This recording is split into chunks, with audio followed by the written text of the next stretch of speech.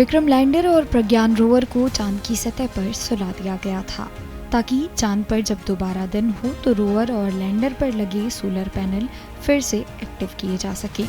आज जब चांद पर फिर से दिन की शुरुआत हो रही है तो रोवर और लैंडर को फिर से जगाने का प्रयास इसरो के वैज्ञानिक करने वाले हैं।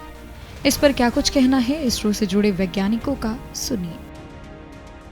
देखिए, ये दुनिया उम्मीदों की भरोसा में रहती है, तो हम उम्मीद करते हैं इसरो के इंजीनियरों ने उतना प्रिकॉशन लिए होंगे, जितना पॉसिबल कोशिश किए होंगे कि बाहर का टेम्परेचर -130 डिग्री भी हो जाए जब चांद का जब रात होती है, तो तभी भी अंदर का टेम्परेचर अंततः -30 डिग्री सेंटीग्रेड ऐसा मेंटेन किए होंगे थर्मल मैनेजमेंट से जो भी है।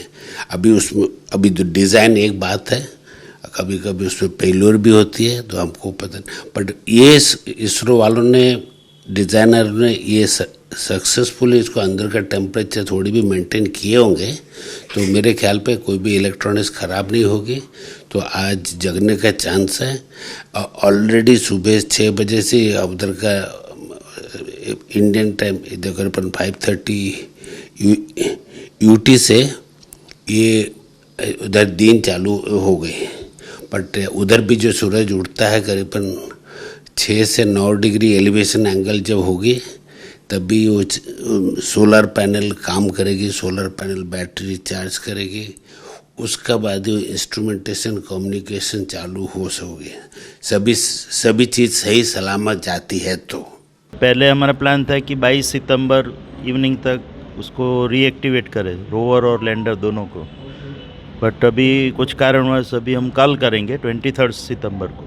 सो 23 सितंबर को फिर से लैंडर और रोवर को स्लीप मोड से बाहर निकाल के रीएक्टिवेट करने का प्लान है। सर, अब तक कितना डेटा भेजा है, कितना मीटर वहाँ पे चंद्रयान वहाँ पे मूव किया है सर? तो रोवर पहले तो हमारा प्लान था लगभग 300 से 350 मीटर घुमाने का, बट कुछ कारणवश और जो एक अर्थ स्टेशन अवेलेबल नहीं था JPL का, तो उसके कारण मूवमेंट अभी सेंचुरी हमने पार कर दिए। अराउंड 105 मीटर मूवमेंट रोवर का वहाँ पे हो चुका था पिछले, जब लास्ट टाइम 10 दिनों तक हमने रोवर को वहाँ पे चंद्र की सतह पे घुमाया था, तो काफ़ी डेटा उसमें आया है। जो लैंडर के 4 पेलोड है वो तो लैंडर तो वहीं पे खड़ा है, और उसी तरह रोवर 105 मीटर घूम के उसके जो 2 पेलोड हैं वहाँ पे उससे डेटा कलेक्ट किए हैं, तो पूरा डेटा अभी इधर आर्काइव हो चुका है और साइंटिस्ट उस पर काम कर रहे हैं। हमारा जो चंद्रयान 3 गए थे उसका जो विक्रम लैंडर और रोवर प्रज्ञान था,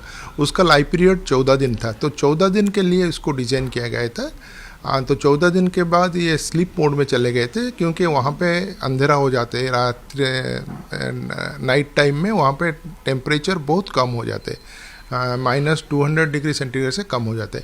तो इससे क्या होता है कि जो हमारा पावर सप्लाई के लिए जो बैटरीज़ है वहाँ उसके अंदर जो केमिकल्स है, रसायन है, उसका जो काम करने का तरीका या प्रॉपर्टी चेंज हो जाता है, तो संभवतः बैटरी और काम नहीं करेगा। कुछ साइंटिस्ट का ये मत है, तो बैटरी काम नहीं करेगा तो कोई भी पावर जनरेशन नहीं हो पाएगा, तो कोई भी सिस्टम काम नहीं कर पाएगा। अगर ये टेम्परेचर को ऊपर जाके बैटरी काम करना शुरू करेगा, तो पहले ये सूर्य के किरण से चार्ज होगा। जब सूर्य 9 डिग्री ऊपर आ जाएगा वो और कुछ घंटे में हो जाएगा, फिर चार्ज होने के बाद वहाँ से सिग्नल आएगा, कम्युनिकेशन होगा, धीरे धीरे एक के बाद एक इंस्ट्रूमेंट काम करने का उसको कोशिश किया जाएगा। देखिए, जो हमारा था 14 दिन काम करने के बाद, जब अंधेरे आने से पहले रोवर को घुमा के उसका जो सौर पैनल है, सोलर पैनल है, उसको हम ईस्ट ओर रख दिया है। तो इसको टिल्ट ऐसे रहा है कि जब 8-9 डिग्री ऊपर आ जाएगा सन, उसके बाद वो चार्जिंग होना शुरू होगा, और ये जो पोजीशन है वहाँ से फिर वो काम करना शुरू करेगा। और लैंडर जो पोजीशन में वहीं पे है, आप लैंडर का कुछ एक्सपेरिमेंट में किए थे हमने, कुछ हॉपिंग एक्सपेरिमेंट, तो लेकिन वो सुरक्षित है उधर है। उसका भी जो पैनल है वो ईस्टर्न डायरेक्शन में है। जब सूर्य ऊपर आएगा फिर कुछ टेम्परेचर बढ़ेगा और फिर चार्जिंग होगा, उसके बाद कोशिश किया जाएगा कि वो काम करने के लिए।